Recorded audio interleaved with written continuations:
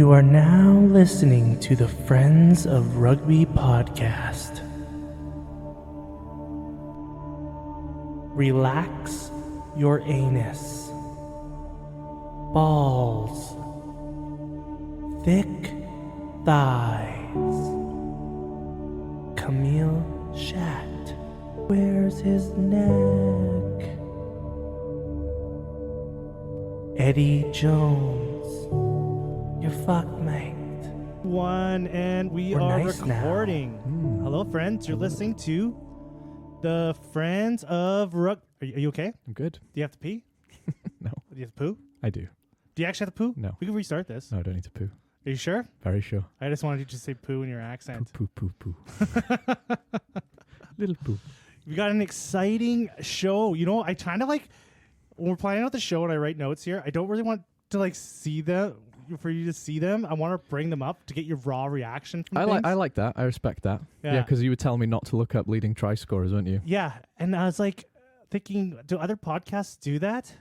Probably. Do they say, hey, don't look at these, I want your raw reaction, or do they have everything planned out? We have a very organic approach, don't we? We do. You know, and I like it. I think we have so much to say that we can feed off each other quite easily, so I'm not too worried about it. You know? So how have you been, Frank? Good. Yeah, busy few weeks. Mm-hmm. Yeah, what have I been doing? Anything exciting rugby-wise in your life? Yeah, we're preparing for our season, aren't we, in our club? Yes, we are. We've lined up an international coach. Yeah, in that's our pretty club. exciting. It is actually, yeah. Lined up an international coach to come in. Having a coach with, does he have a Wikipedia page? He does. He does have a Wikipedia Yeah. I don't want to say anything just yet. Wait. No. Yeah, because like I know everything's in the go right now. Yeah. But I want to see his boots on the ground first. I've seen his YouTube highlights reel, and it's impressive. And he's a big boy. Oh, Yeah, he's a big having boy. a YouTube highlights reel is you made it. Yeah, and it's not just like he's done it himself. Like other people have made it for him. Like he's a real, well, he's a genuine ex-professional, right? Yeah, So, that is. I'm excited about that. so for a little small club, this is big news. This so is I've been big working news. on that. I'm kind of sad. I wish I was younger. I wish I was 10 years younger. I know exactly what you mean. I feel like when I came to Canada, I was the tail end of my rugby usefulness. And I just don't have the fire in my belly anymore for rugby, you know, to playing terms, you know. Well, I started playing when I was 30. Yeah. And I feel like I just lost. There's just so much time. Yeah. You know, I should be where I'm at right now at 30. Yeah. Being like, okay, I'm really going to get into like my prime here. Yeah. It makes a huge difference as well. Like having, you know, early 20s, I didn't need to train as hard. I didn't need to do as much stuff to be way better than I am now. Yeah. You know, if I want a good game now, I've got to do a good half an hour of stretching. I've got to have been doing cardio for several months beforehand. I have to be prepared for a full game of rugby these days. Mine is just my general around the pitch knowledge. Yeah. Like my rugby IQ is way higher now Yeah. than it was when I was 30. I didn't know what was going on now. Yeah. So if I was athletically like at peak when I was 30 with the mind I had now, that's what I want. I understand. And being fit helps that, because if you're tired, you don't have the energy to be where you need to be. I spent the last 4 seasons completely out of shape. And I did not enjoy playing at all. Yeah, didn't we? Yeah, didn't we all? I tell you what, though, we don't play in the best team, do we? We love our team, but we're not the most successful. So you play in a team that's going well, everything's a lot fucking easier. But talking about someone who's ageless, and where age isn't a number, where age is just a number. You're talking about a prop? No, we're talking about Ma Nanu. Oh, yeah. Yeah. Yeah. Ma Nanu strapped up the boots in the top 14. He did. Yeah, I saw a little highlight video of him too. Yeah, he did lose this weekend, though. He did. He did have a nice try assist. He did, yeah. Yeah, in fact, for a back to be his age and playing, it's kind of got Matt Giteau energy, you know, like Matt Giteau is the same. Like he just played beyond his years, you know. I feel like he should have been in the All Blacks almost all this time. Until like maybe recently. He definitely should have been in the 2019 squad. He wouldn't have been out of place. He wouldn't have been. I think that would have been a difference maker. I think they were missing. I think that for the last few years for the All Blacks, their center pairing has always kind of been a mishmash. I agree. Their center, yeah, you're right. They have a bit of an England thing going on where they Like, can't decide who's their centers are. Because who was it? It was for the longest time it was Ma'ananu, and who was the other guy? Was it Antoine Lennon Brown? Was it? No, No. it was like not was it Conrad Smith or? Yeah, he's gone for a little while now, though, hasn't he? There was a center pairing they had for a long time. Yeah, It was Ma'ananu and the other guy. yeah, I think it was Smith. yeah. And after those two kind of faded out, it's never been like they had Sonny Bill Williams too for a while. He was really good. He was. But now that like those three are gone, I feel like the All Blacks, they haven't like solidified who their center pairing is. They don't have that iconic center pairing like duel like they used to have. I'm going to say something even more controversial. There's a lot of All Blacks positions which aren't as iconic as they usually are. I'm thinking when you had Dan Carter, McCaw, Kieran Reid, Savea on the wing, like these were comfortably the best positions in the world, you know? And yeah, they're still an incredible team, but the names don't roll off the tongue like they used to, do they? They don't. I don't know how Kiwis feel about that because we're not in touch with the Southern Hemisphere rugby as much as we should be, are we? Because who's like a dominant, like who is the names of the positions? I think Damien McKenzie, who's just re-signed. He's always in and out of the squad. He is. He's on the fringe. And I always thought that Bowden Barrett, Mwanga 10 discussion would just eventually just be Mwanga. You know, Mwanga was the successor, but he was, you know, he's been in Japan so long. And he actually said last week, I'm coming back. I want to be an All Black. But to not have a certain 10 is unusual for New Zealand. Yeah, they just don't.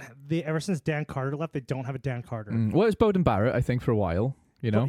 But he was even, like, he was being questioned the whole time. Yeah. His kicking was here and there. He was an incredible runner, but he wasn't the complete package. No, he wasn't a Dan Carter. They haven't found. I mean, you can't replace Dan Carter either. That's another They haven't thing. found their Dan Carter. No. They should have Dan Carters. They should. I still think, considering that it's such a popular sport there shouldn't be a position where I can't name quickly. You know, for someone who's a bit of a casual Southern Hemisphere rugby fan, yeah, I should be able to name most of the New Zealand squad. Another name that's probably been up there for a long time, Aaron Smith. Aaron Smith, yeah, I should have put him about All in Blacks, Aaron Smith. Oh yeah. Like, oh my gosh, Aaron Smith's on that team. Yeah. Like, wow, and Arte Savea. Yeah. Also for the 8-man. Yeah. Like that's a name that you're like, oh yeah, but like yeah, there are missing a lot of. They don't have that. Like, it used to be like when you looked at the All Blacks team, every single one of them were like it was every single position. Every single position was the best in the world, and you couldn't swap them. You couldn't like take. If you look at the 2015 All Blacks, last time they won the World Cup, there wasn't a position on that field I would think that you would swap out. No, now there is. Everyone was like at the top of their game. Every single one of them. And even positions where you don't normally credit New Zealand, like their lock partnership when they had Brodie Retzelick and Sam Whitelock, they were literally the best two locks in the world. Yeah. They were, you know. And now I think of their names that roll off the tongue. It's guys like D-Mac, Caleb Clark, Savea, obviously. But even those guys, yes, they're very, very good, but they're not the first guy I pick if I think of a World 15. They're not even the first guys that get picked. No, and another, Will Jordan's another one I think of. Like, I know him very well; he's a very good player. But I would have Hugo Keenan as my World 15 over Will Jordan every day. You know, or even Blair Kinghorn actually. Or yeah, for sure, 100%. So what are we saying here? I don't know. I don't think that. What's the words I'm going to use here? Like the fucking the All Blacks. I don't think their team is faded at all. No, I just feel like their star power has faded. Yeah, and it shows, because they were in a World Cup final. They could have won, but they didn't. Maybe we were just not seeing enough in the All Blacks. They just lose games a bit more frequently now. It's not often, but France have got their number. South Africa have their number. I feel I honestly contribute All Blacks losses to the way the game is being played now and the way the game is being watched. How so? So just how the game's being reffed better. Well, they got like the ref on the field, and then they have like 3 guys watching the game in some box somewhere. Yeah. Like scouring the footage to like call things. Yeah, going back 10 phases to find. Yeah, and I think that has really like kind of hindered the all. Like, there's a reason why Sanzar and Super Rugby are trying to change the rules and shit, right? Like, there it is. Yeah. There it is. That's what you were creeping towards. So like it's just, but anyways, back to like we went way off there. Manonu. Manonu. I think is a miss. I think in his 30s, he should have still been playing. At least till 38, 37. He went walkabout in America for a bit, though, didn't he? Yeah, he did. He did do a legit walkabout. Yeah, he went to the MLR. San Diego. Had a little nosy over there, lived in the sun of California for a little bit. Yeah. I don't know. Like, I think when they won the World Cup in 2015, he scored an incredible try against Australia in the final as well. Like, he just ran through the whole team. I felt like he retired he was like, that's good. That's a perfect time to retire from Kiwi rugby, from All Blacks rugby, you know? And he did that with a crop of players, didn't he? He did that with Richie McCaw and Kieran Reid and all those guys. It was the perfect time to step away. I wonder if he's broke. I wonder if he's just like completely fucking broke. Yeah. And that's why he's still playing. Yeah. He's like, I have to keep playing. Yeah, I got no plan. I'm broke. I got 9 kids. I got spent it all. Like, Yeah. it's fucking gone. Yeah, That's the only thing I can think of. Like, why is he playing for the love of it, or is he playing because he's broke as fuck? Like, yeah, maybe both. Yeah. There was a local legend where we are, wasn't there? Trevor Leota came to play in Western Canada for a while, played in 5 or 6 different teams. Yeah. And the stories are that he was just like, he just loved playing rugby, didn't he? He loved KFC and he loved playing rugby. Yeah. Well, he was on that there was a documentary about Pacific Island players. Yeah. And he's on there. Yeah. And he starts talking about basically how he just like ran through his money. Yeah. Yeah. Yeah. And I looked into it. He estimated to like blow through like $5 million. Oh, wow. Yeah. Yeah. Generous guy. Yeah. What was he spending it on? Just partying. Yeah. Just having a good time. Yeah. He was a partier. Yeah. He talks about in the documentary about how like when he's a young guy and they started throwing money at him. Yeah. He didn't have anyone to. There's no guidance, right? Yeah, he had no one. Yeah, he had no one on his back financially. I think you see that with, because I see this in Wales a lot as well. Like a lot of the Welsh guys, because we don't have private schools, we don't have a strong middle class, we're not economically strong like England and Ireland and even Scotland. The guys who our rock stars, they do disappear into obscurity because no one tells them what to do with their money. They weren't raised in a private school environment where they've got a bunch of rich guys around them going, you need to invest your money here. Or their parents got money too. And right, yeah, that's the thing. And I feel like a lot of these Pacific Island guys who don't come from the strongest economic backgrounds and they're rock stars at rugby, they get all this money and no one's told them how to use that money, right? Oh, 100%. Like my parents were financially struggled the whole time. They can't give me any financial advice. Yeah. These are they wouldn't know what to do. Yeah. Hey guys, I just made $1 million. What do I do? You go to the casino, make more. Like my parents just would not know. Yeah. Comprehend how money works. Yeah. There's something to be said for that, I think. And then the scammers too. You start getting money and you're famous. There's probably every second person trying to call you to get a piece of your cash. That's right. So now you don't even know who to trust. Yeah. It's tough. Like when you're a young kid and you start making all that money, it is tough. And if you don't have anyone in your corner, yeah, exactly, you're gonna blow through that money. You are, yeah. So I don't blame these guys, but I don't think Manon is poor because he could go to Japan. Not. He could go to Japan tomorrow if he wanted to. He could, couldn't he? Of course he could. Yeah, they would love him there. Of course they would. Yeah, and he'd be in a league where he could still be effective. So yeah, I don't think it's a money thing. I think he just loves the game.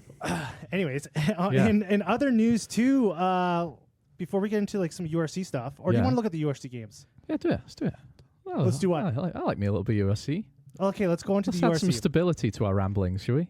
Some stability to our ramblings. Because this was... was it a frustrating weekend in the URC for you? Was you a fucking Cardiff fan, yeah. Fucking hell. Yeah. There was a couple of lopsided results.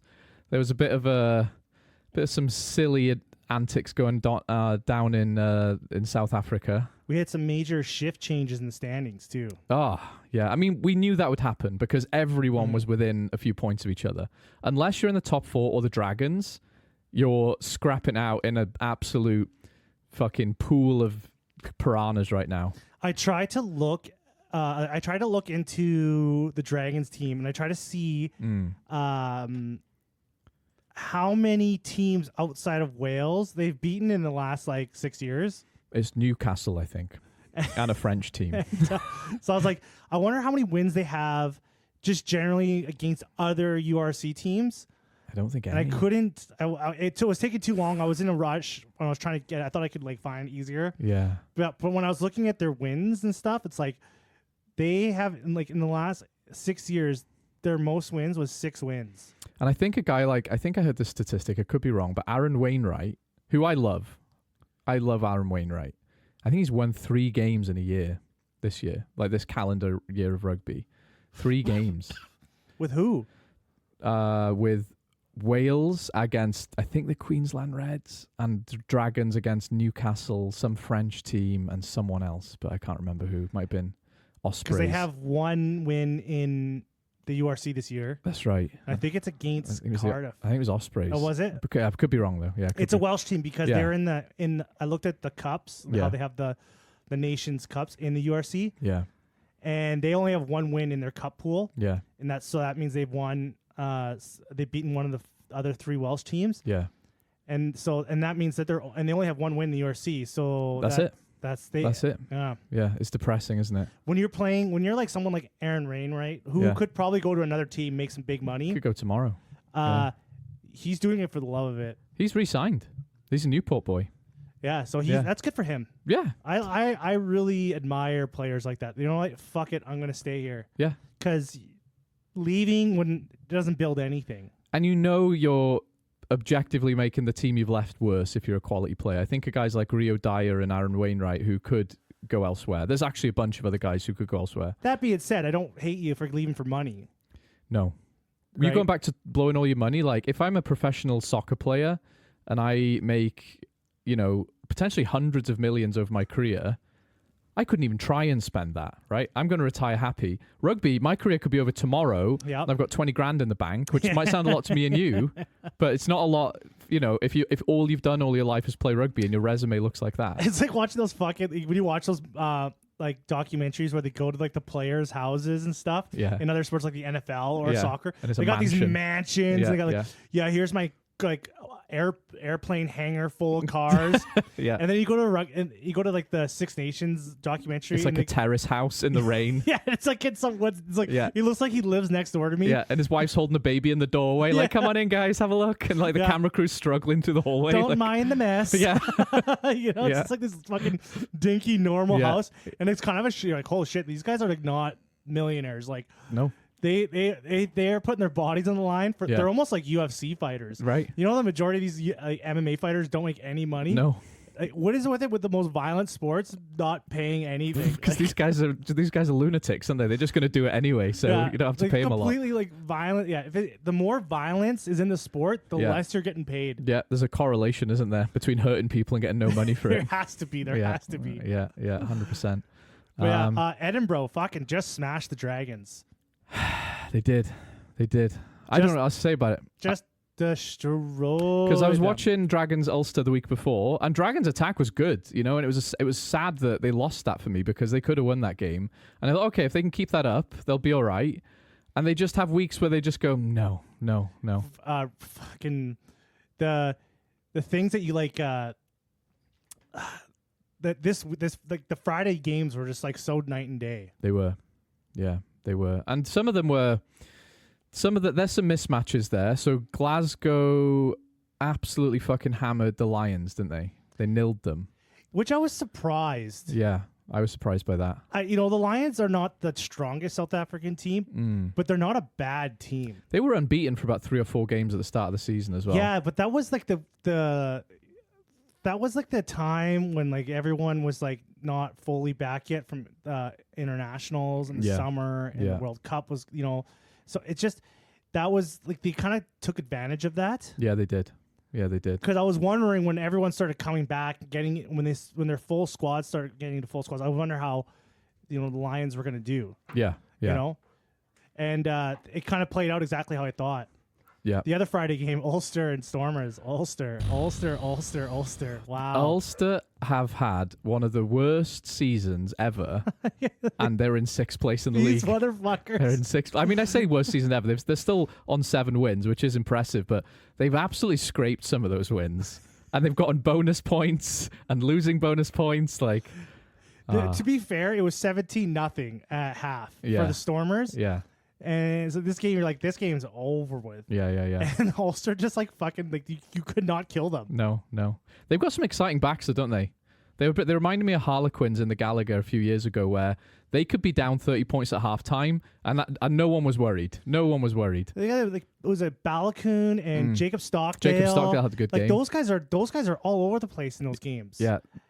And who's their fullback? Michael Lowry. Yeah. He's good. He is good. He's a fucking good player. Yeah, they are good. Yeah, they are just lacking a bit of oomph in the forwards, really. They tried to lose this game. They always do. It's a phrase, and you say you Ulster the game. They have a verb after them. You Ulster the game. You Ulster the shit out of that. But they have not been Ulstering it for a couple of weeks now. So good for them. I like Ulster as well. I love their attacking style. So I am happy when they're up there. And it wasn't. This wasn't a fucking throwaway Stormers team either. No, it wasn't the best Stormers team. Yeah, it's pretty fucking close. I'm looking at it right now. This is like pretty close to their top guys. Yeah. They're missing a couple, but so are Ulster. So everyone's always missing a couple of guys. And I don't know, maybe the South Africans still haven't quite clicked, have they? The Bulls are clicking, but I do expect more. I think when you look at like I think they're settled into the league now. They're in the league. I'm just saying with the players they've got, which is literally World Cup winners throughout all of those teams. They should. I don't know if they should win more, but I expect them to win more. But it is good for the league. We need it to be competitive. I don't want 4 South African teams sitting at the top of what was once the Celtic League. So it's not a bad thing. The Bulls on Saturday. Yeah. Fucked up Zebre. Yeah. 63-24. Zebre's got a lot of fight in them. They don't go away, do they? They don't go away. They are putting up the biggest fight. Like they're being murdered right now. Like they're team wise. Yeah. Well, they've taken some scalps this year as well. Yeah. And they're folding and they're just like, we're gonna go out with a bang. Yeah. Yeah. Good for them. So that was like you keep saying they're folding. They're not. They don't exist anymore, right? I know that, but next season there's no plan for a Zebra team. You understand that, right? I had read that there was another Italian team just going to take their place, and all the Zebra players would just go there. No, there isn't. There isn't a happy hunting ground for them? They're trying to find someone to do that. Oh. So right now, the Italian rugby union has control of the team. Right. But they're going to cease to exist after this season. Well, I knew that. Yes. I thought there was someone else coming. No, there's nothing. There's nothing official yet. Nothing has come in. Can't like one of the Italian fashion designer billionaires welcome the Gucci Parma you keep Milano thinking team. No, they're still here. There's going to be another team. But I'm like, no, there isn't now. There's no other team. They're literally playing for nothing. Yeah, they're playing for nothing. They're gone pure after this pride. season. Yeah. So they're going on for pure pride. Well, let me tell you something crazy about the URC, right? Zebra have 5 wins, and then if you go up the league to 5th place, Munster have 7 wins. They're 2 wins behind a team who are comfortably in a playoff spot. Mm-hmm. That's how mental this league is. So Zebra haven't had a bad season. They've actually had one of their best ever seasons, and they're, like you said, they're folding. So good for them, I guess. Mm-hmm. You wouldn't blame them for collapsing, would you? No, I am excited to see where, the league, if they put another team in. Who's coming? There's no one yet. There's no one. For Italy. Yeah, for Italy. you think there's some magical team that's going to be... there's a magical team. There's no magical team. I think a Ferrari is going to buy them, and they're going to be the Roma Ferraris. Okay, let's keep going. Munster, 30-24 over Connacht. Yeah. In Galway there. Yeah, I don't know a lot about this game, to be honest. At the last bit of the game, the dying minutes of the game, I think it was Cowlin Blade. Yeah. Scores a sick try. Yeah. They go ahead. This game's done. Mm. Connacht did it. They beat Munster. Yeah. All of a sudden in the back, someone in the ref's ear is like, oh, yeah, we got some foul play. Actually, ref goes in. His balls. He's like, looks in. Bundy motherfucking Aki gator rolls a guy right out of a ruck. I didn't know that. And just they lose the fucking try. Oh. Yeah. Tries disallowed. Yeah. And they were so fucking close. Mm. Yeah, because these two were fucking going at it the whole game. This has been a dodgy season for Connacht because they have had a lot of close. Like even last week, Ospreys 43, Connacht 40. A game Connacht could have won actually, despite being like 30 points down nearly at one point. And I do feel bad for Connacht because they can score tries. It's just this league. It's competitive this year. It's really competitive. Yeah, Connacht is just they're in a weird. Their team's in a weird spot. Like they're just not. They don't. I can't put this in words. I'm trying to say something here, and I don't know what I'm going to say. But they're just not filling their potential. No, I think they're right where they're supposed to be, basically. Yeah. Which is kind of depressing. You shouldn't have that in this league. That's the one thing I don't like about the URC. Yeah. Is the financial differences, the massive amount massive. Of financial massive. differences between the teams. Yeah. Because you're seeing, like, when you have to make statements like that, like, Connacht, like what they have, what they're working with, or the Dragons, or the Italian team, they're doing pretty good for what they have. Yeah. There's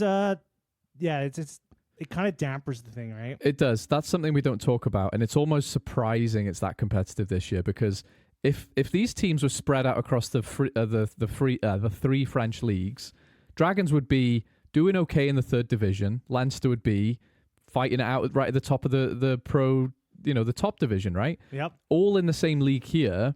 That the entire middle of that league, which is nearly 10 teams, are within 2 or 3 points of each other and 1 or 2 wins away from each other is crazy. Like Dragons would be battling in the fucking English championship.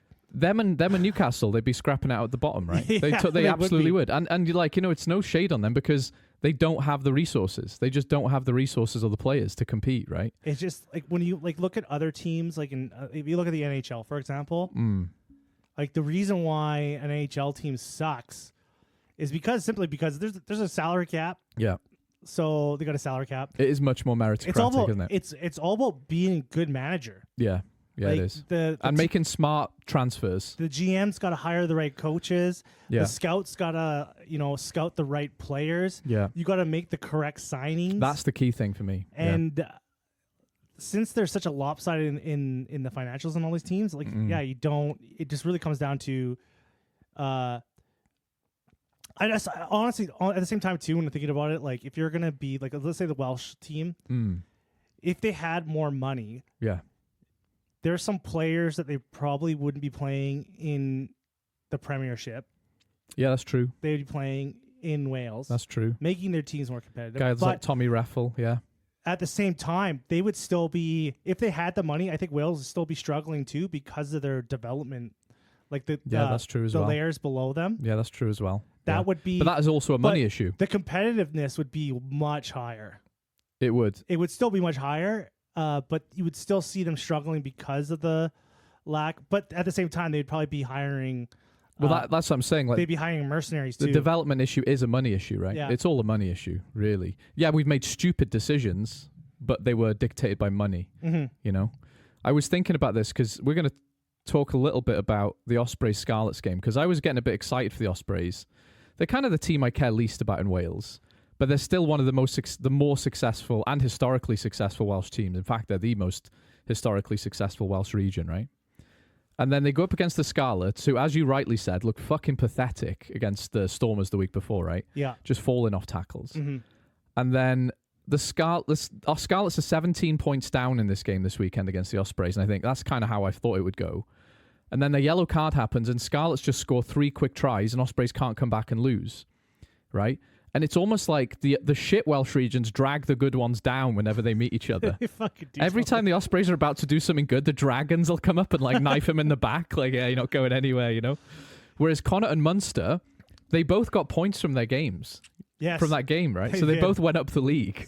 Whereas Scarlets are just choking the shit out of Ospreys from behind. Like, you're not going anywhere, bitch. Like, there should be a rule where the Welsh teams are not allowed to play each other. We should have little gentlemen's agreements. Can you just can we both win this? Can we have a draw where we both get bonus points out of this? Because anyway, but what I was going to say is like what I'm noticing recently, and I'm noticing it at national level, and I'm noticing it at club level. Because you've mentioned Johan Lloyd a couple of times, and you've not been kind about him. No. He's not physical. He scores. He's exciting with the ball. He kicks his points. He's a good kicker, actually. But he looks scared of tackling sometimes. He just looks lost Yeah. all the time. And if you're playing behind a pack who's not going forward, you're not going to be the most effective 10, but his defense is questionable, right? And I think something I've been noticing generally, I go back to that England-Wales game in the Six Nations, and it's hard to criticize our team too much because they tried their best. Like, we got a fucking kicking, but like I look at that team, I was like, I can see the attack in shape. I can see what you're trying to do. We just got absolutely outmuscled. And since we closed the national academies, we don't produce hard, conditioned guys like Dan Biggar anymore. Like Wales used to produce 10s for fun. Now I can't name a single Welsh 10 who I'd have in the Lions. Now I can't name a single Welsh 10 who I'd even want starting for Wales, to be honest. Right? Do you know what I mean? And I do put it, when we close the National Academy, we're really missing that key age, the teenage years, where they get a conditioning trainer, they bulk up and they do the extras a lot every week, so their skill set, their fitness and their size is international standard. Someone like Johan Lloyd, had he been through the National Academy, could be like a Dan Biggar right now, because he is a good player. He's just not big enough. He's just not fit enough. He's just not strong enough. He's not physical enough. I don't think he's athletically. I don't think there's anything wrong with him. No, he's a talented guy. He is just a fucking when it comes to the physical part of the game, like he looks afraid. Yeah. He looks like he's scared. Yeah, and it's just you see every time. Like I have to count how many highlight reels I've watched of his games, and you see a try and it's him falling off a tackle, or literally like not even really making an effort because he just doesn't want anything to do with it. He's like, nope, it's pretty damning. Not today, Satan. And he just like walks out of the way. You're like, oh my god, what the fuck? This guy should not be on a pro team. Yeah, like if he's scared, if he's that scared, like he shouldn't be on a team. Lucky Cardiff just signed him, then, eh? Oh my god. And then I was watching this Cardiff Benetton game.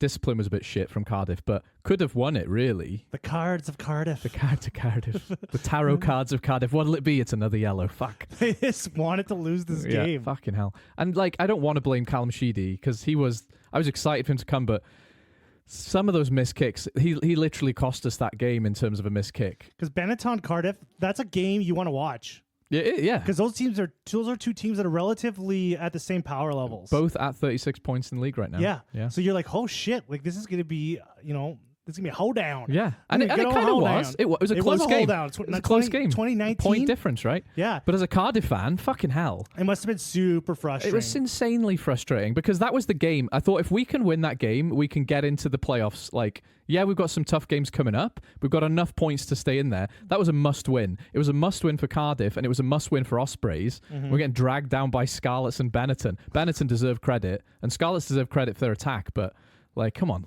Let us up, Let us into the playoffs. That's all we want. There's still 3 more rounds, isn't there? Yeah, and I think Ospreys probably will make it, but I can't see Cardiff making it now. I think there's 18 rounds. You got 3 more rounds. So and who does Cardiff have next? Cardiff has Ospreys. Yeah. Winnable game? No, I don't think so. Then they have to play. Wait, it's winnable. I just can't. I'm not optimistic. Oh my god, they have a bye the next week. Well, then it's Judgment Day, right? That's the next thing that's coming up. Yeah, and then their last game is against the Bulls. We got Munster in South Africa. Then we got the Bulls, and then the final game, week 18, is Stormers. So we've got to go on a little South African tour against the Bulls, who are probably going to wreck us. You're going on a South African tour, yeah. Finishing the season on a South African tour when you need to win games, you put too much pressure on yourself. That's not ideal, is it? It's not ugly. ideal, really. Ospreys, though, playing Cardiff, I think Ospreys are probably a bit better than Cardiff, could win that. Then they're playing Dragons in Judgment Day. Yeah. Then they've got to play the Sharks. The Ospreys, though, aren't scared of going to South Africa. They've got some scalps there, and then they play the Lions in South Africa. So they That's have winnable. a little bit easier there. They have a bit of an easier run. So I think Ospreys could make the playoffs, realistically. But Cardiff, they fucking blew it this weekend. Let's see the standings here. They fucking blew it. But if you look at the points difference, it's one of those situations. Ospreys and Cardiff both need some other teams to lose if they've got any fucking hope. Even because the Scarlets are still in the conversation here. Yeah, but I can't see him winning. I can't see him winning many more games. What do you think the Dragons have to do to? Well, they mathematically impossible. Even I think. Zebre could potentially. They could. They absolutely could. Yeah. Yeah. Zebre could fucking could make it out. Every team could, except the Dragons, be in the playoffs. Yeah, that is true. I mean, obviously Leinster, Glasgow, and Bulls are fine. Even Sharks are fine, I think. Fuck, Leinster already have 62 points. I think they've already sealed their spot in the playoffs. Like they could lose every game now, and they probably got a home final. You know, they could lose their first place spot. And they did last year, and all their chickens came home to roost. But this time round, they're not taking any chances. They're going to throw an RG Snyman at you. They're going to throw a Slimani. They got a Barrett boy. Let's go into Leinster. Let's talk about Leinster here. Yeah. Leinster versus the Sharks. Yeah. A game that Sharks probably feel like they should have won. Kind of. Or a game that Leinster thought, do you know what? We've got amazing defense, so we're going to show you how it's done. Kind of a little embarrassing for the Hollywood Bet Sharks. The Hollywood Bets Kings Sharks. What? I'm not saying that. I'm not saying that. That's not. I just made that up. Okay. That's the name of their park. Okay. Where they all but yeah, I would. This was a game that the Sharks really, really should have fucking won. Yeah. Yeah, they should have won that. I mean, I don't mean they should have won that in terms of the way the game went, but if they want to win the league, they have to beat Leinster at home in the middle of the season, you know, or the business end of the season. This was in South Africa at home, yeah. Yeah, that's right. You know, that's your opportunity to prove we've got what it takes, you know. Also, it just shows the scary good depth that Ireland have. You mean Leinster, right? Leinster, sorry, yeah, Leinster. Yeah. It's the same thing, right? Yeah, it's the same thing. It's the same thing. Right? Yeah, like they this do. is when you look at the team that played against the Sharks and you look at the Sharks, you were like, rest in peace, Leinster. And these boys ponied up. They did. Well, when you've got one of your guys who's won a World Cup playing for the other team, that says a lot, doesn't it? Like Snyman's coming home to fuck up the Sharks. Like, well, RG Snyman, yeah, wasn't on the pitch. he wasn't playing. No, wasn't no, on the no. wasn't on the game. No, he wasn't playing. I mean, generally, but yeah. Jordy wasn't in this game. They like fucking sent the kids in this one. This is a big win. Yeah. Jordy Barrett, salami, whatever. Salami? His name. Yeah, nowhere near. Pepperoni salami, not even in the squad. Yeah, all their backup. Like, who the fuck is it? Finton Gunn was playing 9. Who the fuck is that? Finton. Good old Finton's coming probably out. an up and comer. Good old Gunn. Finton. Like, yeah, like they just like they really like. I wonder if they're just like, yeah, guys, we're probably gonna fucking lose this game. I mean, they can afford to. When you have a winning culture like that, you could put the fucking janitor in the team, and he'd probably do a good job. They didn't even put Jamie Osborne in. They put Andrew Osborne. They put his weird little brother in there. His creepy brother who plays Fortnite all day. Like, you just look at this fucking team. Like, I don't know almost any of these players. Clarkson, I know. Keen Healy, and then Kieran Frawley. Yeah. And who's on the bench here? Penny was there. He always gets some tries for Leinster. Yeah, but it was fucked. Like, that was fucked up. Like, the Sharks, like... You think they should have won, eh? Oh, look at the front row. Oxen Che, Bungie Mambanambi, Yeah. Vincent Koch. Yeah. It's a good front row. Sia Khaleesi, Hendricks as 9 and 10. Oosterhuizen, like Mapimpi. Like, this is like a lot of the Springboks. It's a World Cup winning team. Yeah, they must have been fucking pissed. I would have been pissed if I was a Sharks fan. Which I think says a lot about momentum and confidence, right? Because what Leinster did well was defended well, you know? That was a low-scoring game, and it wasn't error-strewn. It was just brick wall against brick wall, wasn't it? Yeah, well, I would put it down to, yes, like, Leinster defended really well. Yeah. And the Sharks got lucky that the inexperience from Leinster, they didn't throw out much of an attack threat to them. Yeah. Maybe. So, like, Leinster didn't really have, like, they were really basically, like, if I look at the stats here. I don't think Sharks scored until, like, the 54th minute or something like that, which is mental. That is crazy. Yeah.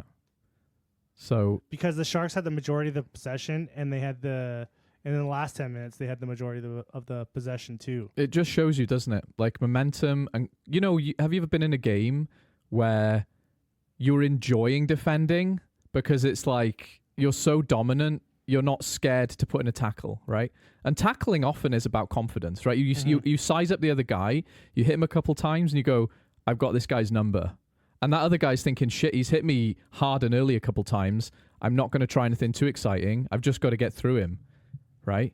And all of a sudden, that head game goes on for the rest of the 80 minutes. And when you're Leinster and you've won all but one of your games, both in Europe and in the URC this year, you go into that game thinking, we're probably going to win. You could put a team of mutants against us. We'll probably win. You just believe, don't you? Yeah, they probably do. You probably believe. And, they're surrounded by winners, too. And if your academy is, these guys have been fed, Wagyu beef since the age of 10 in a private school. These guys have been whispered into the ears, you never lose. You're never going to lose. They believe it. You believe it, right? So, yeah, I'm not surprised, but I am disappointed the Sharks with that team couldn't fucking fire a shot, really. 10 points is a bit, what are you doing, guys? Because this should have been like a 30-10. I would have for the Sharks. I mean, I would have liked it if it had just been a bit more high scoring and competitive, right? Like, this is the creme de la creme of the URC, And if I'm a Sharks fan, I'm sitting there going, the fuck more can we do? The fuck more can we do, Right? What are we supposed to do? What are you going to do when all the Leinster boys come back? What are you going to do when they have their full team? Yeah. That's a statement, isn't it? I Because almost feel like... will a full team be able to beat the Sharks? Yeah. the kids did such a good job. Yeah, send them again, right? But it's a statement, isn't it? Because if I know I've got to play Leinster in a semi or a quarter or a final, and I can't beat them at home with a team of Springboks, and they've sent a lot of their less, not necessarily their first players, like, what the fuck chance have we got? Talking about that confidence that they have in these other players, like Leinster have, in their depth in their squad, like the confidence, like the previous years when they were told. When they were criticized for sending B teams into important games, I bet you the Leinster coaching staff and stuff thought, we believe, that they were going to win these games. Yeah, this team's good enough to win, and they usually do. To be fair, they just don't win finals, do they? No, but that's an Irish thing. Yeah, I'm finding that as an Irish thing. When it comes to the game, they have to win.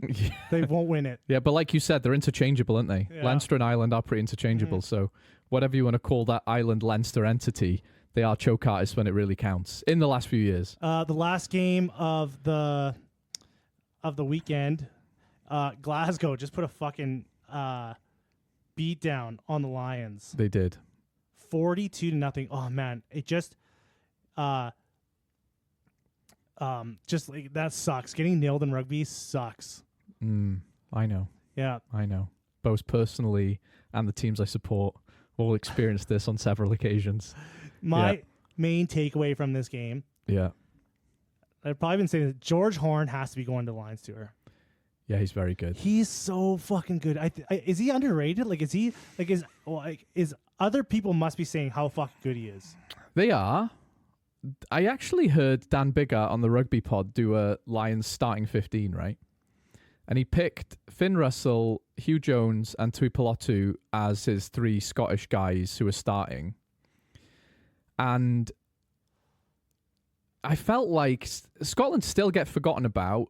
And even me, I still write off Glasgow, despite a really dominant performance and a really good season. So, yeah, I think a part of it is they get overlooked. Because there's some guys in the Scottish setup and at club level who, like Duhan van der Merwe, right? Yeah, we all know he's a really, really good winger. But he doesn't get talked a lot about in the Lions conversation. And someone like, I think there's a lot of people that think he's going. I do think he's good. I mean, do you know what I mean, though? It's like he's still one of the best wingers in the league and at international level. And he does, like, all these Scottish guys, there is a sort of blanket of secrecy over them a little bit. Except for Finn Russell, who everyone has to talk about. It's obligatory to talk about Finn Russell, But yeah, I think George Horn is class. He had a really good game, yes. But he hasn't got as much international experience as, say, Jameson Gibson Park, right? He's still got a lot. He's still got a lot. He's still got a lot. In my eyes, in the Northern Hemisphere, it's Jameson Gibson Park and then George Horn. Yeah, but that's the first time you've ever said that to me. After a dominant Glasgow performance. You've never said that before in your life, do you know? He was in my team of the year. You didn't have a team of the year. You made me do mine. No, the team of the year when last time we did it. Oh, okay. I put what was that? What lock? Can't remember him. The Welsh. You can't even fucking remember. Teddy Williams. You put Teddy Williams. Yeah. George Horn was in there. Okay. Yeah. Okay. Yeah. Okay. I've been rating this guy highly for a long time. Yeah. And like in my eyes, like, he's the second best scrum half in the Northern Hemisphere. Okay. Okay. Oh wait, sorry. Out of the between the Prem and the URC. Because then I just gotta auto make. Yeah, did DuPont. you just forget about? Yeah, DuPont. we're talking about Lions' sphere of Yeah, I'm influence talking now. about in the Lions sphere. yeah. I would say George Horn's number 2. Okay. He is just everywhere. Did you see what Thomas Williams did this weekend though? No, I You didn't. didn't see that clip? No. Holy shit! Did he, It was dirty. So he gets a pass off Josh Hathaway. He's got one guy to beat. He turns around, closes his eyes, just throws the ball in the air.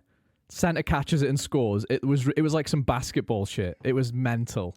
So all of a sudden people are going, how can he play like this for Gloucester, but he looks lost for Wales?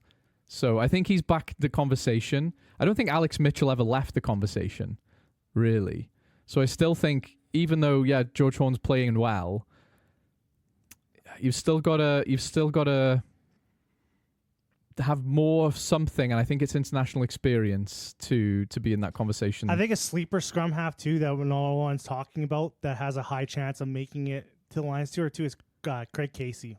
Yeah, He's really good too. he is good. He is good, and he actually has a lot of international experience. And he has a lot of international Yeah, he experience. does. And I think he's that'd be hard. I don't want to be the Lions pick guy. I don't think Andy don't wanna be Farrell's worried about it. I don't think he's worried about it. I know he said that they have the squad narrowed down to 75 people. Yeah. So I just fuck. Us peasants can't understand the mind of Andy Farrell. I think he's good. There is no team he can pick Mm. that's going to make everyone happy.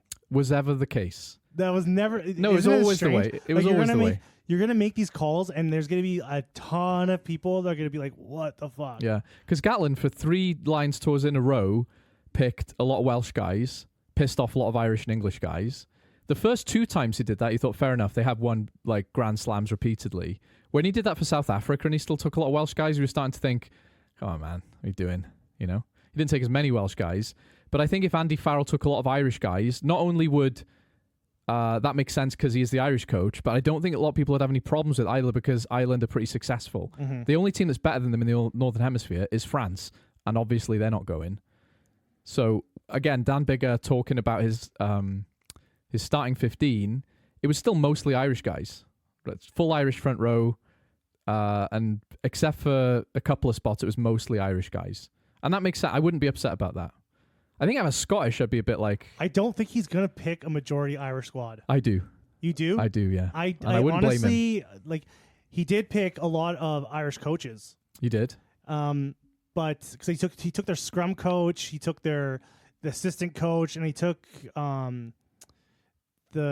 took the forwards coach from... He took Easterby, didn't he? Yeah, he took Easterby, Fogarty. Yeah, but he did take a Scottish guy, John Dalziel, who was the Scottish forwards coach. Yeah.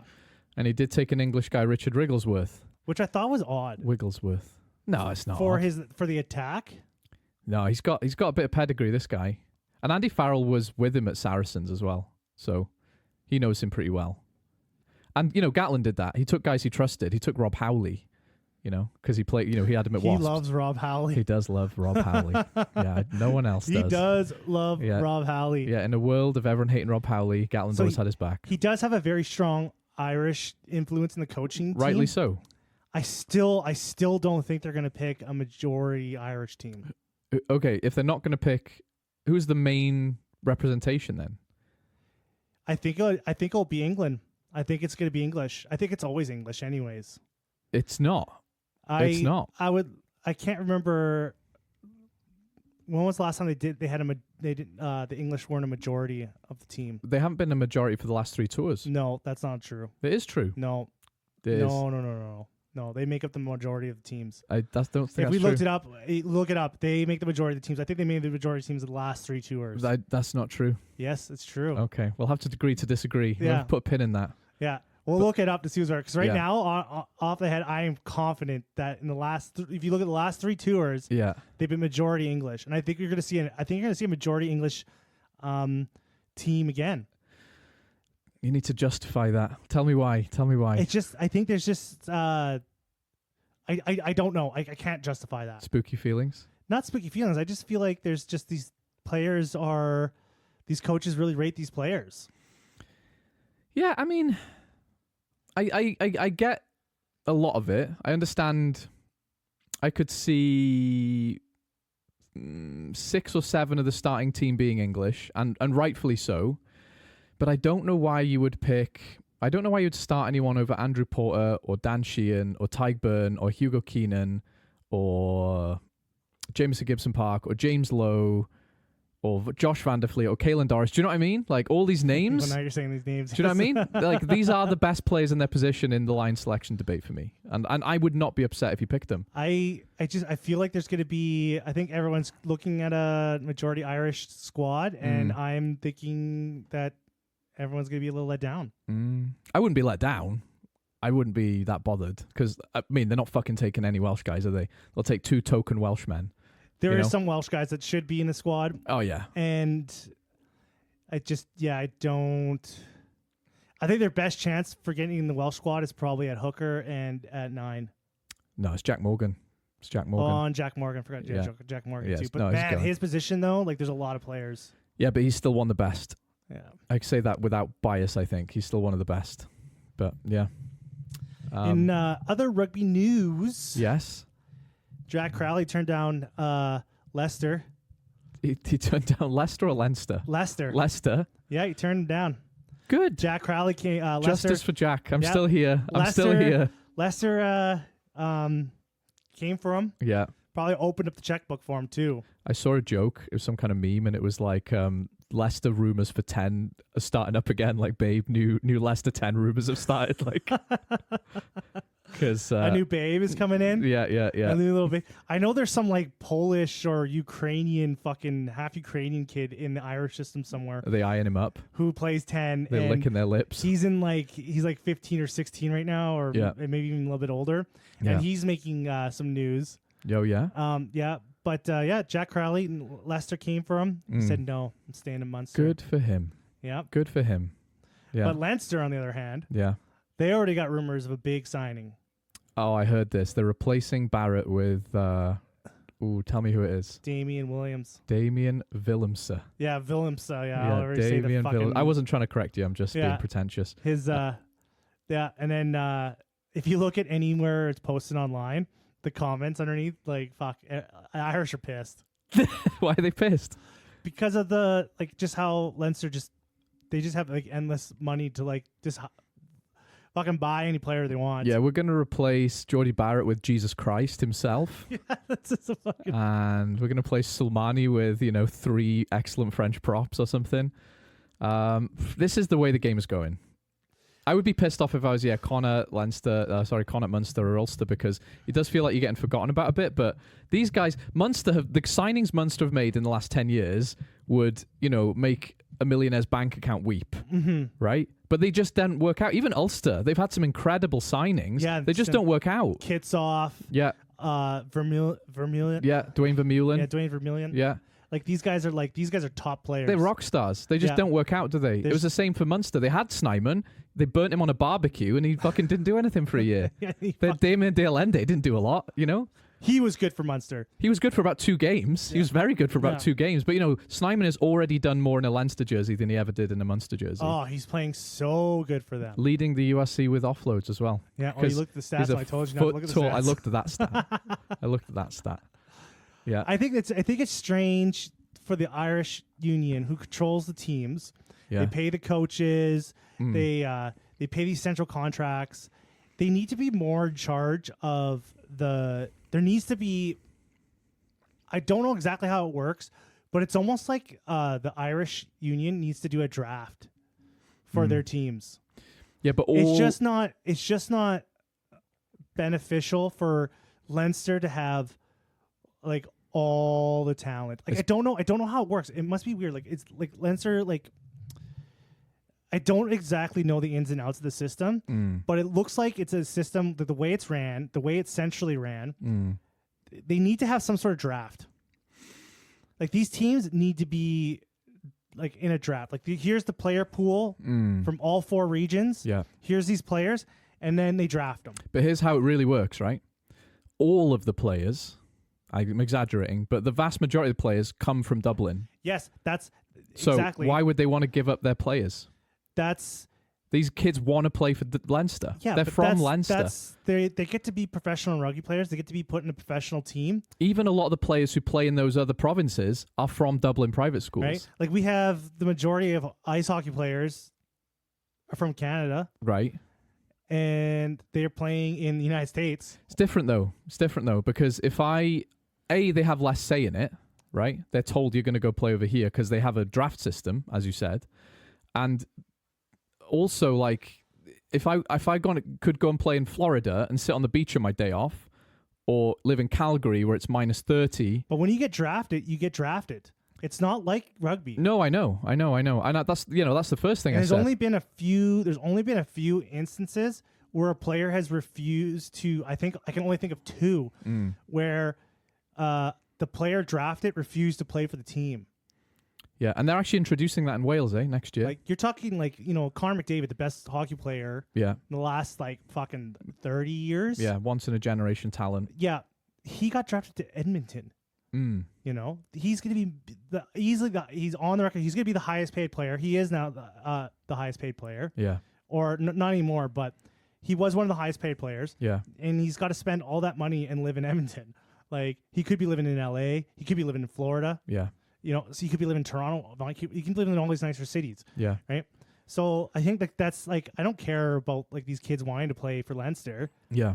Growing up in Dublin, like they should be the way, if they're going to centralize everything, they should centralize the talent also.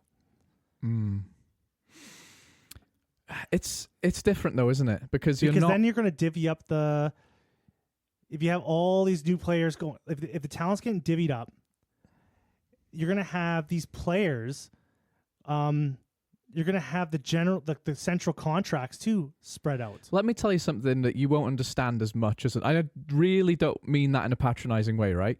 In North America, Don't worry, I'll take it as that. Good, you should. If I'm a team, I can just go to another town, and it happens. Yes. The Winnipeg Jets weren't always the Winnipeg Jets. No. San Diego Chargers weren't always San Diego, right? If I'm a guy from this town and that's my team, and the team just goes, yeah, we're going to go to fucking another city, then you become, you have a mercenary feeling about it your whole life. If I'm born and raised in Dublin, and I'm offered to play in Dublin for Leinster, who win a lot, and someone says, we want to move you to we want to move you to Galway, the other side of the country, a smaller city with less going on, fuck off. Fuck right off. Yeah, that's why they should just control it. That's where you're going to go. I understand that. And then once you make a career of yourself, then you can maybe move around if you want. Yeah. You can make those decisions after you've established yourself as a pro. Yeah. But if they're going to do this centralized thing, centralize the talent too. Yeah. Right? And you don't have to centralize like if Leinster, like I'm just like the up and coming talent. That's all. Yeah. You have to you have to draft it. I could list you off right now 5 excellent fly halves. Like Canada does that. Canada does it with the CFL. They draft their talent. Yeah, but like I told you, that's the culture there. Because the majority of the population is in 2 provinces. But that's the culture, isn't it? Like Conor McDavid is not from Edmonton. No. But he's proud to play here because that's the culture. Because the CFL is a very similar situation. You're not just going to move a team, right? Yeah. Like you just you have to and they have to spread the talent out because the talent's only in 2 places. And the majority of the talent is just in one, in Ontario. I'm not disagreeing with you. What I'm saying is it's unlikely to happen because we do have much more allegiance to where we're from, like the town we're from in the Northern Hemisphere, right? Like I want to play for my hometown. And if that's Dublin, I'm playing for Dublin. Like, you've got Ross Byrne, you've got Harry Byrne, you've got Prendergast, 3 guys who are from the area and want to play for that team and also they win, that's a factor. Yeah. They're doing that in Wales next year. So you're just seeing the lopsided, like nothing's going to change with Leinster because if they're going to have all the upcoming talent, they're going to have all the centralized contracts. Yeah. And they're going to be able to use, and they're going to have a ton of free money to spend on Jordy Barrett's. And, that's happening, right? That's what's happening. And RG Snyman's. Or when you do sign RG Snyman, don't burn him on a barbecue. Get good use out of him. So I think in my eyes, if they want to fix that, they should pool these kids and draft them. There is untapped for potential for Ireland and the Irish provinces to be better than they are. There definitely is. There's a way to make it more efficient. Well, if right? you drafted it, then the weakest team of that year, because this is how generally drafts work. Yeah. The weakest team gets the first pick. Yeah. Right. We don't like that. So Leinster would have everything, so they wouldn't even they'd be picking fourth. Right. So the person, so like Connacht or Ulster would get like the first pick. Like a little pick and mix. Right. And then you just these players just kind of and then when they establish themselves, they can go to other teams. They want to go play for Leinster, like, well, I want to play for Leinster. I didn't like it here. Right? Smelly down in Galway. But it would even up the Irish teams. It would make them more competitive. I agree with you. I just don't think it's not going to happen though. No, it's not going to happen. But that's going to be it's just meh. But like I'm trying to tell you, we're doing it in Wales next year. That's what's happening. You guys got a draft? Yeah, we've got a draft. So, what? I never even heard this. Yeah, it's a thing. So it's a little different. But what the WIU have proposed is the WIU can say to a team, we want to move this player to this club. If that player agrees, because the player has free agency to go, no, I'm happy here. And that's the be all and end all. But if they agree, they can move that player. They've agreed that. So we're seeing that in Wales because we recognise that we have to disperse the talent a bit better. And it will stop poaching from, the English academies and the English clubs a little bit, right? If the WIU has more control of, actually, you want to go play for the Ospreys because they're doing well, they need a fullback, actually. Off you go, So I think that would work well. I think Leinster has such a stranglehold over Irish rugby a bit as well, right? Like they're powerful in the union, right? It's not a relationship of equals. Yeah, it's top down, but like you said, if everyone in the Leinster team nearly is on a central contract, you've freed up millions of euros. Yeah. Right? Why would you change that if you're Leinster? Why would you shoot yourself in the foot? Well, because they don't give a shit about Connacht winning. They don't give a shit about Connacht winning in Leinster. They want to win. It's because the Irish Union, has control over everything. But like you said, it's not as simple as that. It's clearly not as simple as that. So anyway, I agree with you. It's just not going to happen. Leinster want world domination at Connacht's expense. So good luck. Can have Cowlin Blade, all right? You got Cowlin Blade. You got Cowlin Blade. Relax. Be happy, okay? Yeah. Also, you got Michael Lowry. Yeah. He's doing just fine. Maybe Stockdale will get another call up in another 10 years, get another chance. He'll blow it and be a good club player. Well, we covered there. We got Ma Nanu, Jack Crowley, Leinster signing everyone. Andy Farrell's coaching team, we kind of went over. Yeah. Exciting thing, Moana Pacifica put a beat down on the Crusaders at home. Finally. This is like Zebra beating Leinster. No, it's not. It feels like that. It's fucking...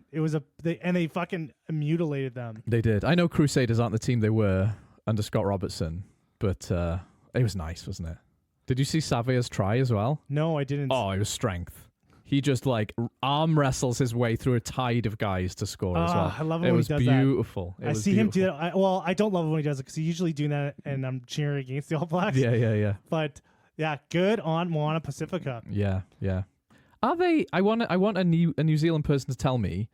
I know the idea there is it's a team of Pacific Island guys based in New Zealand, but are they just another Kiwi team? Are they based in New Zealand or are they based in Australia? I thought they were based in New Zealand. I don't know actually how it works. I don't know how it works. I want people to tell me as well. Because it feels like... They are based somewhere in Australia or New Zealand. Right, yeah. Well, they're not in Tonga, actually, are I think they? they play somewhere around Auckland, actually. I thought so. Yeah. I thought so. They are basically another picking ground for All Blacks, and the All Blacks have already picked some. Because the whole idea at the start seemed really nice. It was like, yeah, we're going to give back to the Pacific Islanders. You're going to have your own team. You can base yourself here where we have a stadium for you. And all of a sudden it's like, you're another New Zealand team and we're just going to poach everyone who plays for you. Is that the case? Or am I stirring shit? I know Tonamaga went on a rant when they picked some player to go play for the All Blacks. The All Blacks picked him up. Yeah. And he's like, what the fuck is this? Yeah, I thought the whole point was to not fucking do that. Yeah. Yeah, he was pissed off, wasn't he? We're sorry. Twirling their mustache. That was the plan all along. Yeah. So there's another, they got some kid, Patrick Pellegrini, who's playing for the Moana Pacifica. Old Paddy Pellegrini. Yeah, Paddy Pellegrini. Yeah. Australian-born kid. Yeah. He's playing for Tonga, but I could see him being like poached somewhere. It's like, oh, you don't want to play for those guys anymore. No, come back. Why don't you come play for the Blues? Yeah. Something Look like how that. sexy you look in this blue outfit. Yeah. Also, thing to wrap up this podcast here. So you and I are going to the Challenge Cup final and the Champions Cup final. Yes, we are. Well, there's one team that's already kind of pretty much not going to show up at the final. Okay. Yeah. Did you hear about the news about Saracens? No. Yeah. No, tell me. So Well, Saracens aren't invited? the Saracens said they're resting all their top players for the Champions Cup's knockout stages. So why is that bad?